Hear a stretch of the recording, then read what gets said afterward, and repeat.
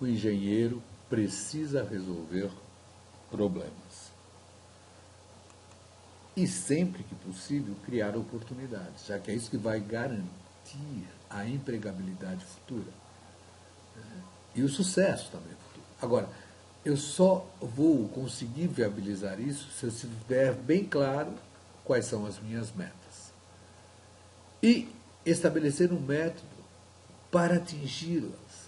Um método que deve estar baseado em persistência, dedicação e disciplina. A nossa proposta é praticarmos, por exemplo, o ciclo PDCA em todas as nossas atividades propostas. O ciclo PDCA é uma ferramenta básica da qualidade. O P seria o planejamento. Eu vou planejar a solução, por exemplo, de um problema proposto. O D seria executar aquilo que eu planejei. O C, que é uma quebra de paradigma, seria eu estar atento para uma autoavaliação, para eu estar constantemente avaliando o que eu estou fazendo e, eventualmente, tenha que corrigir aquilo que eu fiz para a coisa caminhar no caminho certo. Eu dou sempre um exemplo. Imagina vocês que eu fui fazer um bolo em cima da receita que a minha mãe me deu. A receita seria o meu plano. Fui lá, executei o plano perfeito, pus o bolo passar. Decorrido tempo, eu retirei o bolo. Ao retirá-lo, uma surpresa. Estava duro que nem uma pedra. Não havia crescido. Eu tive que começar a avaliar o ocorrido. E acabei descobrindo que o fermento utilizado estava vencido. Ora, descobri o erro, vou lá e corrijo. Comprei um fermento novo e utilizei o fermento novo. E o bolo saiu uma delícia. Só que isso não me deve deixar satisfeito. Eu devo estar buscando sempre criar uma novidade em cima disso, para que o meu bolo fique mais gostoso. Ou seja, o PDCA ele é muito bem-vindo para as pessoas que têm uma insatisfação positiva, aquelas que nunca estão contentes com aquilo que estão fazendo, sempre buscando melhorar. Por isso que a gente fala que o ciclo PDCA deve girar como um ponteiro de um relógio, sempre na busca da melhoria contínua. Tentar praticar isso num problema proposto. Eu tenho um trecho de uma instalação. Esse trecho da instalação, se eu observar esse corte A, ele vai me indicar a seção transversal do conduto. A seção transversal do conduto tem um lado A de 8 centímetros, um lado B de 5 centímetros. Se afirma que essa seção transversal é constante ao longo de todo o trecho. O comprimento entre a seção 1 e a seção 2 é 13 metros. Rugosidade relativa equivalente em toda a tubulação igual a 0,615 milímetros. Aceleração da gravidade, vamos trabalhar com 9,8 metros por segundo ao quadrado. Peso específico do fluido que está escoando, 8.000 newton por metro cúbico. Viscosidade cinemática deste fluido, 4 vezes 10 a menos 6. Vazão de escoamento, 16 litros por segundo. Pressão estática na seção 2, 3.680 kgf por metro quadrado. Pede-se o coeficiente de perda de carga distribuída, o nosso F, no trecho. A pressão estática na seção 1, o coeficiente de perda de carga localizado no cotovelo. Bom, já que eu li com atenção o problema, devo planejar a sua solução. Começo evocando os conceitos que vão ser necessários para essa solução. E a partir daí, vou começar a executar o planejado, ou seja, executar os conceitos que eu estou evocando. E, claro, devo estar constantemente avaliando, vendo se eu não errei em conta, vendo se eu não errei na fórmula. E, se for necessário, vou estar corrigindo. Vamos iniciar tentando observar o que é de novo nesse exercício. Bom, o que é de novo nesse exercício é que deixamos de trabalhar com conduto de seção circular para trabalharmos com conduto de seção retangular, onde foi dado A, onde foi dado B. Ora, como passamos a trabalhar com conduto de seção não circular, somos obrigados a evocar o conceito de diâmetro hidráulico, já que é ele que faz com que eu possa utilizar as fórmulas estabelecidas inicialmente para o conduto de seção circular para todo tipo de conduto. Nosso diâmetro hidráulico, 4 vezes a área da seção formada pelo fluido sobre o perímetro molhado. Importante observar que essa área da seção formada para o fluido, quando se trata de um conduto de seção forçada, coincide com a área da seção transversal do próprio conduto. E o perímetro molhado, que é formado pelo contato do fluido com a parede interna, também coincide com o perímetro da seção para condutos forçados. A partir daí, vamos começar a executar o que nós estamos planejando. Ou seja, vamos começar a calcular o nosso diâmetro hidráulico. Iniciamos calculando a área da seção transversal, que é A vezes B, e depois o perímetro molhado, que seria A mais B mais A mais B, ou seja, 2 vezes A mais B. A partir daí, calculamos o diâmetro hidráulico com os dados do problema, ou seja, 4 vezes o lado A, que é 8, vezes o lado B, que é 5, dividido pelo perímetro molhado, 2 vezes 8 mais 5. Temos um diâmetro hidráulico de 6,15 centímetros quadrados. Né? Se formos transformá-lo para metro, basta dividir por 100, ou seja, ficaria 6,15, 10 a menos 2 metros. A partir daí, vamos evocar o conceito de velocidade média do escoamento. Velocidade média do escoamento, Q sobre A, que seria a vazão do escoamento, que foi dada, no caso, 16 litros por segundo, ou 16 vezes 10 a menos 3 metros cúbicos por segundo. A área da seção formada pelo fluido, que no caso coincide com a área da própria seção, já que é um conduto forçado, que seria igual a 40 centímetros quadrados, né? A vezes B. Lembrando que 1 centímetro quadrado é 10 a menos 4 metros quadrados. A partir daí podemos calcular a velocidade, né? Que seria a vazão sobre área, obtendo uma velocidade média de escoamento igual a 4 metros por segundo. Tendo a velocidade média de escoamento, devemos calcular o número de Reynolds, né? Onde o ρ é a massa específica, μ é a viscosidade, ou viscosidade dinâmica, ou viscosidade absoluta. μ é a viscosidade cinemática, que foi dada 4 vezes 10 a menos 6 metros quadrados por segundo. Ora, como temos o diâmetro hidráulico, 6,15, 10 a menos 2 metros.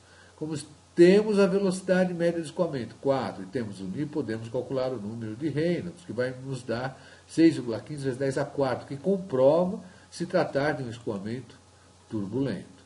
Né? Tá? Como é um escoamento turbulento, há necessidade de se calcular a rugosidade relativa equivalente, que seria o nosso dH sobre K, né? Onde o K é a rugosidade equivalente, que geralmente é tabelada para os tubos novos. No nosso caso, o problema nos deu que o K era igual a 0,615 milímetros. Calculamos a rugosidade relativa aqui equivalente, que vai nos dar 100. Importante observar aqui que se, por acaso, o Reynolds tivesse dado laminar, ou seja, Reynolds menor ou igual a 2000, nós poderíamos já de cara calcular o F como sendo 64 dividido pelo número de Reynolds. Não precisamos recorrer a nenhum artifício a mais do que esse.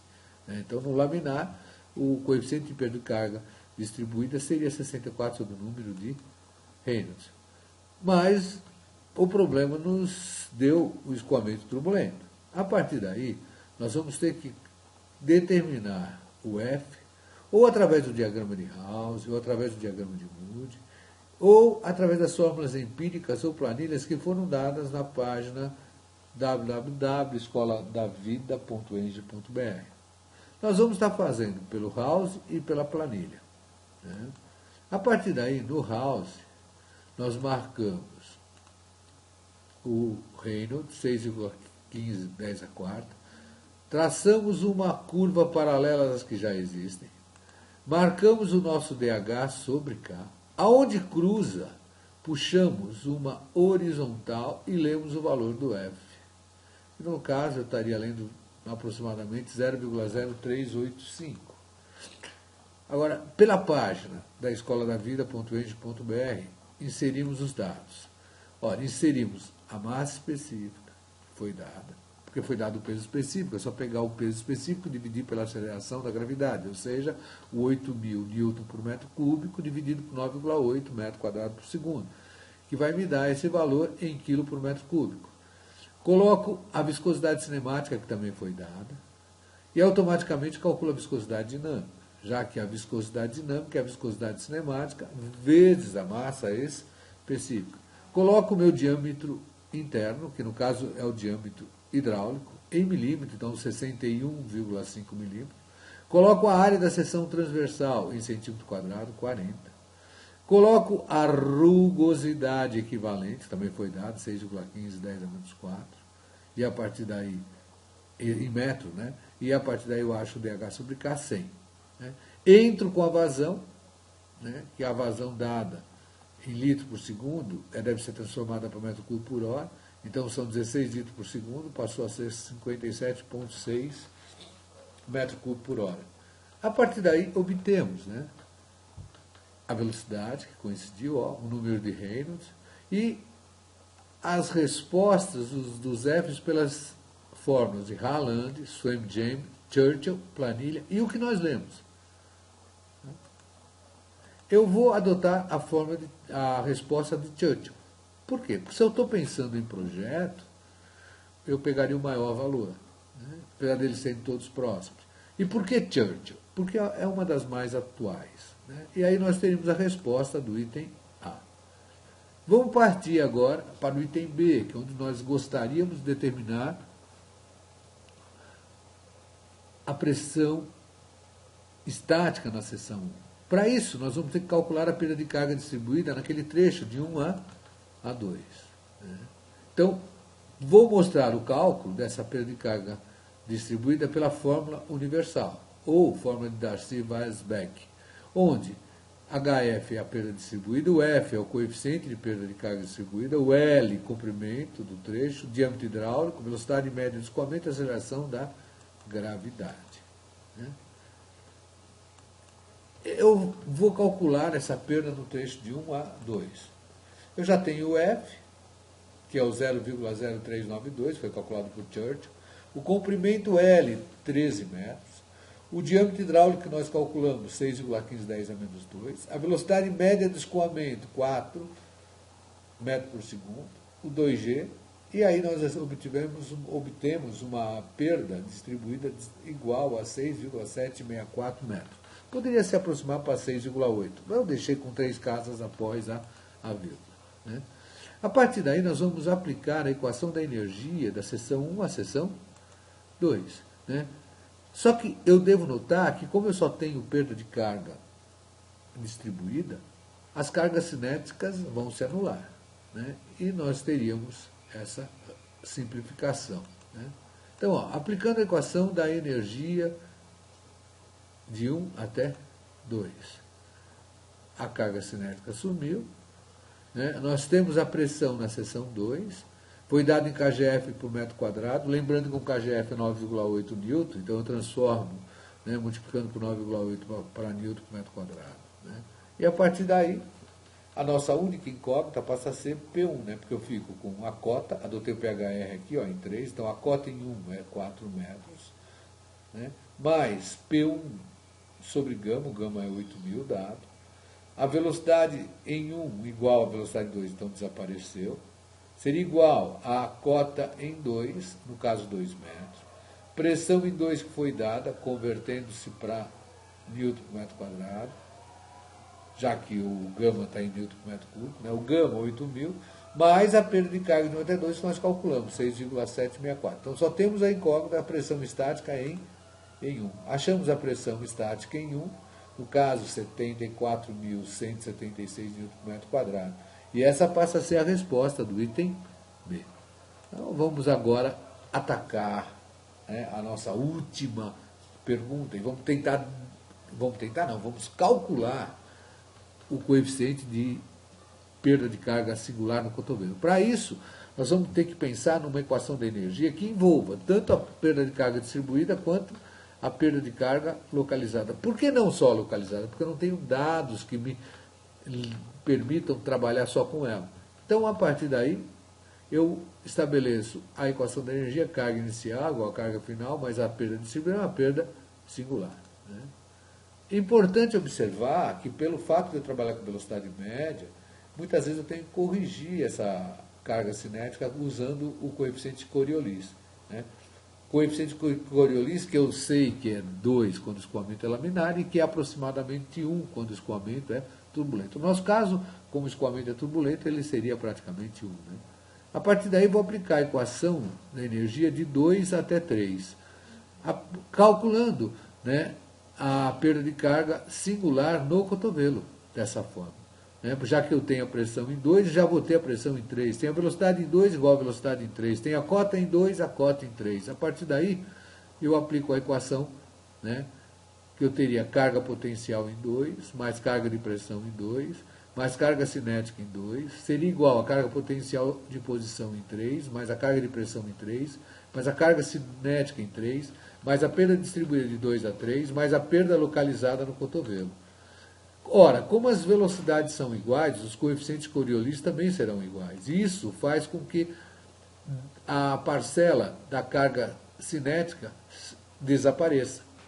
Ora, eu tenho o Z2, que no caso é 2 metros, eu tenho a pressão em 2, né, que eu já transformei em Newton por metro quadrado, eu tenho que o Z3 é 0, eu tenho que a pressão em 3 é 0, as velocidades são iguais, aí eu tenho o cálculo da perda de carga distribuída em 1,8 metros.